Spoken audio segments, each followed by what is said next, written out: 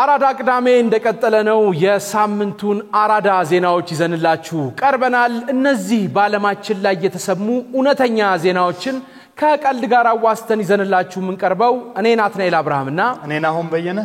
ወደ ዜናዎቹ እናልፋለን ብራዚላዊቷ ወጣት ስልኳን ከሰረቃት ግለሰብ ፍቅር ይዞኛል ስትል ዓለምን አስገርማለች እንግዲህ ይመስለኛል እንግዲህ ጆሮን ሳይነካ ስልኳን ኳ አርጎ በልቷት ነው እንግዲህ ኢማኑኤላ የተባለች እንስት ነች ስልኳን ሞጭ ልፏት ካመለጠው ግለሰብ ፍቅር ይዞኛል ያለችው ያንቺው ሌባ በብራዚል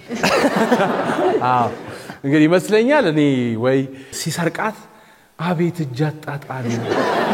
አቤት ሲሮጥ አልደረሰች በጣም ነው መሰለኝ ሮጠው አንተ ስትሮጥ እንዴት ነው ደስ የምትለው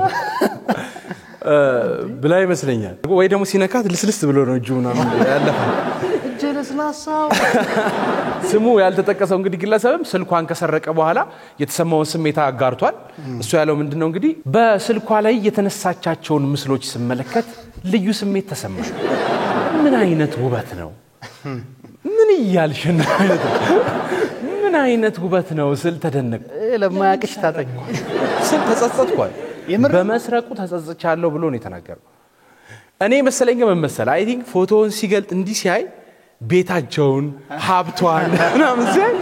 ምን እቺ ሴት እየተመለሽ ቢይዛት ባክግራውንድ ላይ ያለው ቁም ሳጥን እንዳለ በለዋለሁ ብሎ ይመስለኛል እንግዲህ ጥንዶቹን ቃለ መጠይቅ ያደረገላቸው ጋዜጠኛም ሲጠይቃቸው ለሌባው ምንድነው ያለው ስልኳን ብቻ ሳይሆን ልቧንም ነው የሰረከው ብሎታል እና ሌባው ደግሞ አይነ ደረቅ አይደል ኦኬ በትክክል ብሎ አረባከ በጣም በኩራት ልቧንም አንድ ላይ ነው የሰረኩት ብሎ እኔ መቼም በዚህ ጊዜ ፖሊስ ቁጭ ብሎ ያያየ ከሆነ ይገረማል በትክክል መሰከረ በአደባባይ እንደው ያሷንም ቢምሩ ለሌላው አይራሩ ስንት ሰው የሰረቀ ሌባ እንግዲህ ወጥቶ እንደዚህ በግልጽ ተናግሯል ጥንዶቹ እንግዲህ በስልክ የጀመሩት ንግግር ነው ወደ ፍቅር ግንኙነት አድጎ ባለፉት 2 አመታት ውስጥ ደጋግመው እንደተገናኙ ተገልጿል አልሰረቀሽም ከዛ በኋላ እንግዲህ ማለት ወይም እየደወለ መጀመሪያ የት ላቀብልሽ ምናምን ይያላት ቀስ ይያለ ቃሊቲ ምን መጣለ የለመደ ነው ገባ ከራሱ ቤትም ይያነሳ ከግራ ኪስ ወደ ቀኝ ኪስ ምናምን ሊሰርቃት ይችላል ከገባት በኋላ አስቸጋሪ ትዳር ነው የሚሆነው እኮ በነገራችን ላይ ቤተሰቦቹ አልሰሙ እምረን እንደ አማርኛ ፊልም ርዕስ ነው የሚሆነው የሌባ ሚስት ጠርተዋት የሚሏት አንቺ ምን አይነት ሰው ነሽ ሽማግሌ ቢልክ ራሱ እኮ የተወጋውና ሊናደድ ይችላል አንቺ ብረት መዝጊያ ታመጫለሽ ስንል ጭራሽ ከፋቻ መጣሽ ይላል ወይ ሌባ ስለሆነ ይታል ብረቱ ነው የሚሉት ሰርጓሪ ሁላ በርግጠኝነት ኩሉን ማንኩሏታል ኩሉን ማንኩሏታል ኩሉን ማንኩሏታል ኩሉን ማንኩሏታል በትቋል የሚሰርቃታል ኩሉን ማንኩሏታል የለም ያለ ሜካፕ ነው የምታገባው የዛን ይሸጥ ግን እንደዚህ አይነት ባልተጠበቀ ነገር የሚጀመር የፍቅር ሪሌሽን አለና እንግዲህ እቺ ሴት ከሌባ ጋር ነው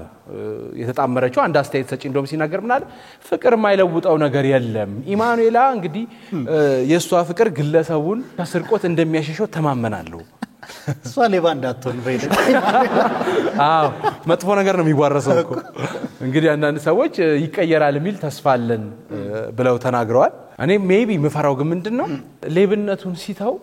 እንዳጠላው እኔ ወደድኩ ከነ ሌብነት ነው ነጣጠቅህን ነው መሰንደስክ ነው ታውክ እኮ መሮጥታል ቦርጭ ያወጣ ነው ምናምን ብላ እንዳትሆኑ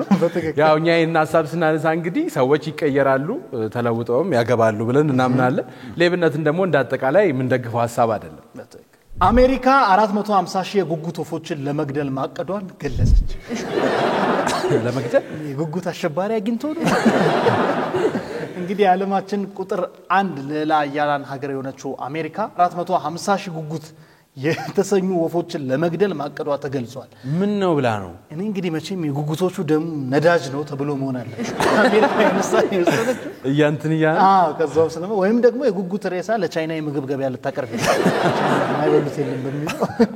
450 ሺህ ብዙ 450 ሺህ በጣም ብዙ ነው ግን ገዳይ እኛ አይፈልጉም አይፈልጉም አይደል እኛ ግን እኮ እዚህ ያነበብን ነው እኔ ሲቪ ያስገብቻ ወይ ሰብታይትል እና ግን አለ ገዳይ እንደ ዘገባው ከሆነ እንግዲህ የፕሬዝዳንት ትራምፕ አስተዳደር በመጠኑ ለየት ያለ አፈጣጠር ያለው ጉጉት ተብሎ የሚጠራውን ወፍ የመግደል ዘመቻ አቅዷል። ለዚህም ዘመቻ በአመት $40 ሚሊዮን በጀት ያስፈልጋል የተባለ ሲሆን ይሄ ምን መሰለ በአማካኝ ለአንድ ጉጉት $3000 እዚህ አሜሪካ ያላችሁ ሀገሬ ልጆች አርቡ ጉጉት ከዛ ግደሉ በቃ በአንድ ጉጉት 3000 እዚህ ቤት የመግዛት ጉጉት ነው ብትወጣበት አጎቴ በዚሁ አጋጣሚ አጎቴ አረነቃበል አገሪቱ በአጠቃላይ በቀጣዮቹ 30 ዓመታትም በተለይ ከአሜሪካ ውጭ የሚመጡ የጉጉት መንጋዎችን የመግደል እቅድ አስቀምጣለች። ያየ ከፍ ያለ መጠን ያለው ጉጉት ብዙ አይነት ዝርያዎች ያሉት ሲሆን ደግሞ ምንድነው ሐሳቡ ይሄ ከውጭ ሀገራት ወደ አሜሪካ የሚገባው የጉጉት ዝርያ ከዚህ በፊት ሀገር ውስጥ ያሉ ዝርያዎችን እያዋጣው ነው እያጠፋ ነው ተብሎ ነው። ኦኬ የሚስተር ትራምፕ አስተዳደር ለስደተኛ ያለው ጥላቻ በሰው ብቻ አይበቃም። አሁን ጉጉትም ስደተኛ ጉጉት ይገደላል። እቺ መጤ አንቺ መጤ #ጉጉት ላይፍ ማተር ገውታል አሁን ጉጉቶች እኮ ሊሰቃዩ ነው። አይ ካንት ብሪዝ አይ ካንት ፍላይ ነው ቢሉት እንግዲህ የጉጉት መንጋው የሚገኝበትም የካሊፎርኒያ ግዛት ምክር ቤት አባላት ዶናልድ ትራምፕ ውሳኔያቸው ልክ አይደለም ብለው ተቃውመዋል። እኔ በእርግጠኝነት በዚህ ውሳኔ የሚደሰተው ኬንድሪክ ላማር ነው ራፐሩ። እንዴት የድሬክ ሎጎ ነው ጉጉት sometimes you got to pop out ነው ሚል እንግዲህ አሜሪካ አሳና የዱር እንስሳት የተሰኘው ተቋም ይህን እቅድ እንዲያስፈጽም ኃላፊነት የተሰጠው ሲሆን በዚህ ዓመት ብቻ 2700 የጉጉት ወፎች ይገደላሉ ተብሏል። ፍትህ ለጉጉቶች ጉጉት ላይ ማታ ትራምፕ ግን በቃ ስራ ይፈታል። ዝም ብሎ ተቀምጦና ወይ ፊልም ያየ ምናምን አንድም ጉጉት እንዳይኖር ገደል አሜሪካ ውስጥ ይላል። ከውሽማው ጋር ለማሳለፍ ሲል ለሚስቱ ታግቻለሁ ያለው ሰው $16000 ካሳ እንዲከፍል ተፈረደበት። የመዘሙት መንፈስ ሲለይልህ እኮ እንደ በስተት ላይ ሌላ ስተት። በነገራችን ላይ የሚያሳዝነው ካሳ የሚከፍለው እኮ ለሚስቱ አይደለም። ፖሊስ ላባከነብኝ ጊዜ $16000 ይከፈለኝ ብሏል። ለፖሊስ እንዴ እሷማ ገና ትጠይቃለች እንጂ ከባድ ነው። እንግዲህ ይሄ ሰውዬ 35 ዓመቱ ፖል ሊራ አውስትራሊያዊ ግለሰብ ነው፣ ባለ ትዳርም ነው። እና እንግዲህ ግለሰቡ ከውሽማው ጋር ለመዝናናት ሲል ለሚስቱ ባልታወቁ ሰዎች እንደታገተ የጽሁፍ መልእክት እንዲደርሳት አድርጓል። ቴክስትን ይላከላት ታግቻለሁ በመቾት ነው አቆ እኔ ይመስለኛል ውሸት ስለሆነ ሲልከው ራሱ በፍቅር ሊልከው ይችላል። ማርዬ ታግቻለሁ ማክሰኞ መጣለው እስከዛ ማክሰኞ መጣለው በቃ አራዳ ቅዳሜ ያይሽ ጠብቂ እንደዛ ሚል ይመስለኛል። ምክንያቱም ከባድ የሚያደርገው ምንድነው ታግቻለሁ ብለህ እዛ ኑሮም በጥብጠ በዚህ ጭንቀት መሃል ላይ አንተ አለምን ልታይ እኮ ከሌላ ሰው ጋር አረግን እውነት ልብህ እንዴት ትልልቅ ሰዎች ምን ይሆኑ እንግዲህ ብልጥ ሲሆን ደግሞ ይሄ ግለሰብ በመልእክቱ ጉዳዩን ለፖሊስ እንዳትናገር አሳስቧታል። ሚስት ግን ለባሏ ደህንነት ስትል ለፖሊስ ማመልከቷ ተገልጿል። እሱ በቴክስት ቀለል አድርጎ አትደውልም እንዴት ይሄን ያህል ተሰማኛለች ብሎ እንዳሰበ እና ጥቆማ ይደረሰው እንዴ በሚስቱ እንደምትፈልገው ምናምን ቀለል አድርጎ ነው ያለፋት እና ደግሞ ጥቆማ ይደረሰው ፖሊስ ይሄንን አልተወም ቀለል አድርጎ አልምርም ክትትል አደረጉ። ፖሊ ሊራ ታግቶ ሳይሆን ከውሽማው ጋር ለመዝናናት ሲል የፈጠረው ምክንያት መሆኑን ደርሰንበታል። መቼም ያዝናሉ ሲያዩት ከውሽማ ጋር አንተ ስድ ነው ሸመጠጡሉ ይችላል ይሄው አግታኝ እሷነች ያዘች ምናምን ብለው ከስቼ ይላል። እኔ በጣም የሚያዝኑት ምንድነው ይሄኔ ሚስቱ ጋር ሲወሰድ አልቅሳ ልትቀበለው እኮ ማርዬ ጉዱ ምናምን ትላለች። ከዛ ፖሊሶቹ ቀስ ብለው ነይ አንቺ ነሽ የተጎዳሽው እሱ ዓለም ሲያይ ነበር። እንግዲህ ግለሰቡ ግን በሐሰት ታግቻለሁ በሚል ከትዳር አጋሩ ውጪ ለሰራው የዝሙት ወንጀል ባለፈ የፖሊስን ጉልበት ፍለጋው ራሱ እሱ እየተዝናና ጊዜ ሀብት ያላግባብ እንዲባክን አርጓል በሚል ክስ ተመስርቶበታል። አትገኝ እኮ ፖሊሶች ስንት ቦታ በቢጫ አስረው ምናምን ያጣንዲን አሻራ አንስተው ብለው እንግዲህ በዚህ ምክንያት በአውስትራሊያ በፈጸመው ወንጀል የ7 ዓመት እስር ተፈርዶበታል።